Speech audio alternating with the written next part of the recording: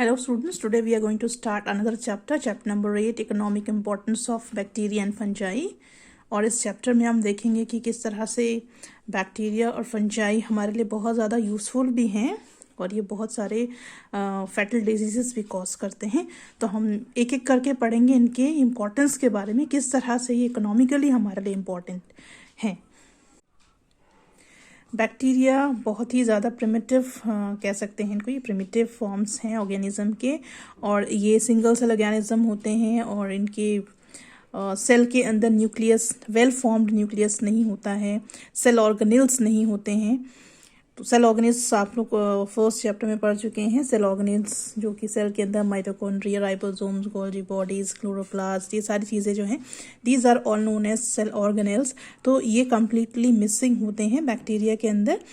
और अगर हम फंजाई की बात करते हैं तो फंजाई यूनिसेलुलर भी हो सकते हैं, मल्टी सेलुलर भी हो सकते हैं, लेकिन ये नॉन ग्रीन होते हैं, यानी कि इनके अंदर फोटोसिंथेसिस का प्रोसेस नहीं हो सकता है, क्लोरोफिल मिसिंग होता है। तो इनका जो नेचर है, ये सैप्रोफिटिक ऑर्गेनिजम्स हैं, यानी कि ये अपना खाना जो है वो डेड और डिके मैटर से, ऑर्गेनिक मैटर से ऑब्टेन करते हैं। तो 5 किंगडम क्लासिफिकेशन में हमने बैक्टीरिया को क्लासिफाई किया था अंडर किंगडम मोनेरा, और फंजाई को हमने देखा था वो किंगडम फंजाई के अंदर उसको सेपरेटली रखा गया था। तो यहाँ पे हमको जनरल कैरेक्टरिस्टिक्स पढ़ेंगे बैक्टीरिया के, जो कि बहुत प्रिमिटिव हैं, सिंगल सेल ऑर्गेनिज्म हैं जिसमें क्लोरोफिल नहीं होती है, ट्रू न्यूक्लियस भी नहीं होता है। तो ये कुछ कैरेक्टरिस्टिक्स जो हैं वो शो करते हैं, यहाँ पे हम देखेंगे। पहले ही हम बता चुके हैं कि ये सिंगल सेल ऑर्गेनिजम्स होते हैं, प्रोकैरियोट होते हैं, क्योंकि इनके अंदर वेल डेवलप्ड ट्रू न्यूक्लियस नहीं होता है और सेल ऑर्गेनल्स भी नहीं होते हैं, इसलिए इनको प्रोकैरियोट्स बोला जाता है। और जैसे कि प्लांट्स के अंदर सेल वॉल होती है, उसी तरह से इनके भी सेल के बाहर में वॉल होती है जो कि रिजिड होती है, टाइट होती है। इनमें से कुछ फॉर्म जो है वो फिलामेंटस फॉर्म होते हैं, यानी कि उनमें फिलामेंट प्रेजेंट होते हैं, और कुछ ऐसे होते हैं जो कि कॉलोनी फॉर्म करते हैं। कॉलोनी मतलब बहुत सारे एक साथ रहते हैं, तो वो कॉलोनी फॉर्म करते हैं। देन सेल ऑर्गेनेल्स नहीं होते हैं, न्यूक्लियर मटेरियल सिंगल क्रोमोसोम के फॉर्म में प्रेजेंट रहता है। इनका जो मोड ऑफ न्यूट्रिशन है ये हेटरोट्रॉपिक भी हो सकते हैं और ऑटोट्रॉपिक भी हो सकते हैं, राइट। देन इनका जो रिप्रोडक्शन का प्रोसेस है ये एसेक्सुअली रिप्रोड्यूस करते हैं बाय फ्यूजन और सेल डिवीजन। अब यहाँ पे देखेंगे इनका यूनिवर्सल डिस्ट्रीब्यूशन, यानी कि आप देखेंगे कि जो बैक्टीरिया होते हैं वो हर जगह प्रेजेंट होते हैं, चाहे वो सॉइल हो, वाटर हो या एयर हो, कहीं भी हो ये प्रेजेंट होते हैं। जो खाना हम खाते हैं उसमें प्रेजेंट होते हैं। देन हमारी बॉडी के अंदर ये माउथ में, इंटेस्टाइन में प्रेजेंट होते हैं, दूसरी ऑर्गेनिज्म की बॉडी में भी ये प्रेजेंट होते हैं, डेड रिमेन्स में ये प्रेजेंट होते हैं। तो ये हर जगह, इसलिए इनको बोला जाता है कि यूनिवर्सल डिस्ट्रीब्यूशन होता है, क्योंकि ये हर जगह हर चीज़ में ये प्रेजेंट होते हैं। जिन ऑब्जेक्ट्स को, जिन चीज़ों को हम छूते हैं उनमें भी बैक्टीरिया प्रेजेंट रहते हैं। तो यहाँ पे हम देखेंगे कि कुछ बैक्टीरिया ऐसे होते हैं जो बहुत ही ज़्यादा यूजफुल होते हैं हमारे लिए, और कुछ ऐसे होते हैं जो बहुत ही डेडली डिजीज़ हमारी बॉडी के अंदर कॉज करते हैं। ये एनिमल्स के अंदर भी बहुत ज़्यादा डेडली डिजीज को कॉज करते हैं। Then we will see here the reason, क्या रीजंस हैं जिसकी वजह से बैक्टीरिया का जो डिस्ट्रीब्यूशन है वो यूनिवर्सल है। तो यहाँ पे हम देखेंगे कि इनका जो स्ट्रक्चर होता है वो बहुत ही ज़्यादा सिंपल होता है, ये एक कारण है। साथ ही साथ इनका साइज बहुत स्मॉल होता है, वेयरएज इनका जो सरफेस है वो बहुत लार्ज होता है। Then resistant of vegetative cells, इनके जो वेजिटेटिव सेल्स होते हैं वो एडवर्स कंडीशन, यानी कि अनफेवरेबल इन्वायरमेंटल फैक्टर्स में भी ये उसको भी ये रेजिस्ट कर लेते हैं, इसीलिए ये सर्वाइव कर पाते हैं और ये हर जगह प्रेजेंट हो सकते हैं। Formation of highly resistant spores, तो जो स्पोर्स ये फॉर्म करते हैं वो बहुत ज़्यादा रेजिस्टेंट होते हैं केमिकल्स के, हीट के, लाइट के, अनफेवरेबल इन्वायरमेंट के। तो जब तक अनफेवरेबल इन्वायरमेंट रहता है तब तक ये स्पोर्स अपने आप को ऐसे ही मेंटेन रखते हैं, और जैसे ही फेवरेबल कंडीशंस आती हैं वैसे ही ये ग्रो करना शुरू कर देते हैं। Then diversity in their mode of nutrition, तो ये ऑटोट्रॉपिक भी हो सकते हैं और हीटोट्रॉपिक भी हो सकते हैं, तो ये भी एक रीज़न है जिसकी वजह से ही यूनिवर्सली डिस्ट्रीब्यूटेड है। Then we will see economic importance of bacteria, useful bacteria के बारे में हम इसमें पढ़ेंगे। ये बैक्टीरिया हमारे लिए फ्रेंड्स की तरह भी हैं और हमारे लिए एनिमीज़ की तरह भी हैं। They play important role in industry, agriculture, medicine and in maintaining a clean environment. तो ये इंडस्ट्री में भी बहुत ज़्यादा इम्पोर्टेंट हैं, अलग अलग तरीके के प्रोडक्ट्स को बनाया जाता है इन्हें यूज़ करके। एग्रीकल्चर में इनको यूज़ करके मैन्योर भी बनाया जाता है, मेडिसिन्स में इनका यूज़ किया जाता है, एंटीबायोटिक्स जो है वो इन्हीं से प्रोड्यूस की जाती हैं। इनके टॉक्सिन्स को लेके या फिर उसको फॉर्मेल्डिहाइड के साथ ट्रीटमेंट करके टॉक्साइड्स बनाए जाते हैं। और ये इन्वायरमेंट को भी क्लीन करते हैं, क्योंकि ये जो जितने भी डेड प्लांट्स एनिमल्स की जो रिमेन्स होते हैं उन पर ये एक्ट करते हैं और उनको कम्प्लीटली ये डिकम्पोज कर देते हैं। जो न्यूट्रिएंट्स हैं उनको वो सॉइल में रिलीज कर देते हैं। सो मैनी, लेकिन साथ ही साथ बहुत सारे ऐसे बैक्टीरिया हैं जो बहुत सारे डिजीज़ को कॉज करते हैं मैन के अंदर, एनिमल्स के अंदर और प्लांट्स के अंदर।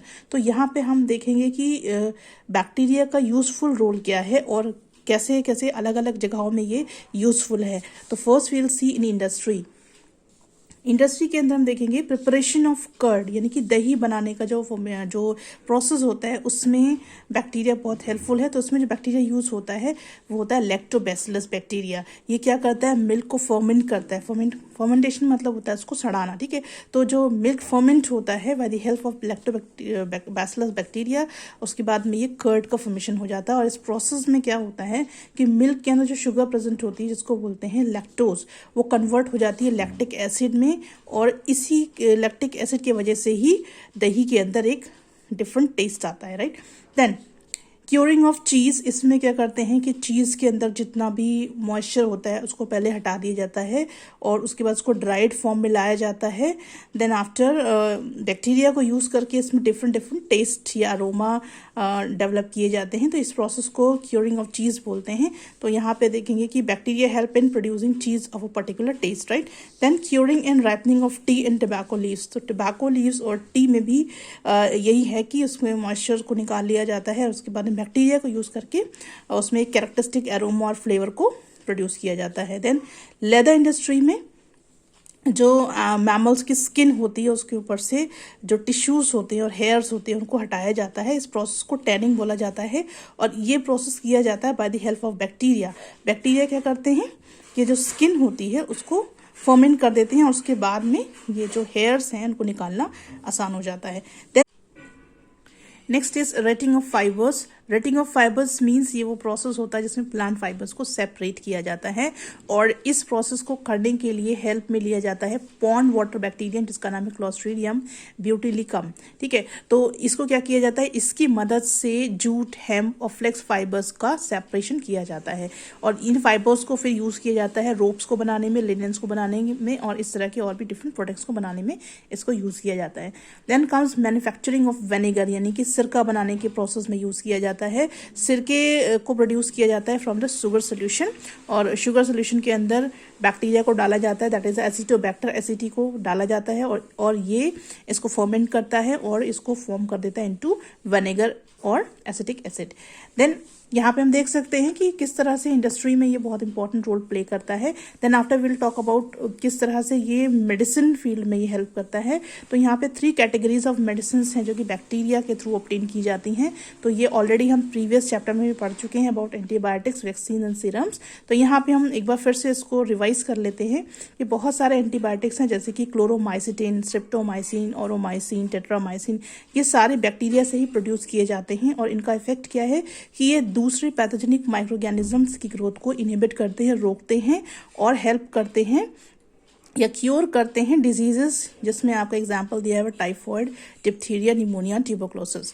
Then comes vaccines. वैक्सीन्स को यूज़ किया जाता है बॉडी को किसी पर्टिकुलर फंक्शन से, इनके इन्फेक्शन से बचाने के लिए। जैसे कि एग्जांपल में टाइफॉइड, कॉलेरा, स्मॉल पॉक्स दिया हुआ है। तो वैक्सीन्स को कैसे बनाते हैं, वैक्सीन्स में मैंने आपको बताया था प्रीवियस चैप्टर में कि उस पर्टिकुलर डिजीज़ के बैक्टीरिया को लिया जाता है और उसको या तो उसको किल कर, अगर पैथोजेनिक बैक्टीरिया उसको किल कर दिया जाएगा या वीकेंड कर दिया जाएगा। तो इस तरह से उसके जो सस्पेंशन होते हैं उसको बना के वैक्सीन प्रिपेयर की जाती है और जब ये वैक्सीन को बॉडी के अंदर इंसर्ट किया जाता है या इंजेक्ट किया जाता है तो ये क्या करती है कि पहले तो उस डिजीज़ का हल्का सा इफेक्ट प्रोड्यूस करती है, जैसे कि एंटीबॉडीज़ का स्टिमुलेशन होता है, एंटीबॉडीज बनना शुरू हो जाती हैं और इस तरह से एक लार्ज अमाउंट ऑफ इम्यूनिटी जो है वो डेवलप हो जाती है, क्योंकि जब दोबारा से इसका जो पैथोजन एंटर करेगा बॉडी में तो फिर बॉडी जो है या इम्यून सिस्टम उसके लिए बहुत सारी एंटीबॉडीज को प्रोड्यूस करता है और इस तरह से वो बॉडी को इम्यून कर देता है उस पर्टिकुलर डिजीज के लिए, राइट। देन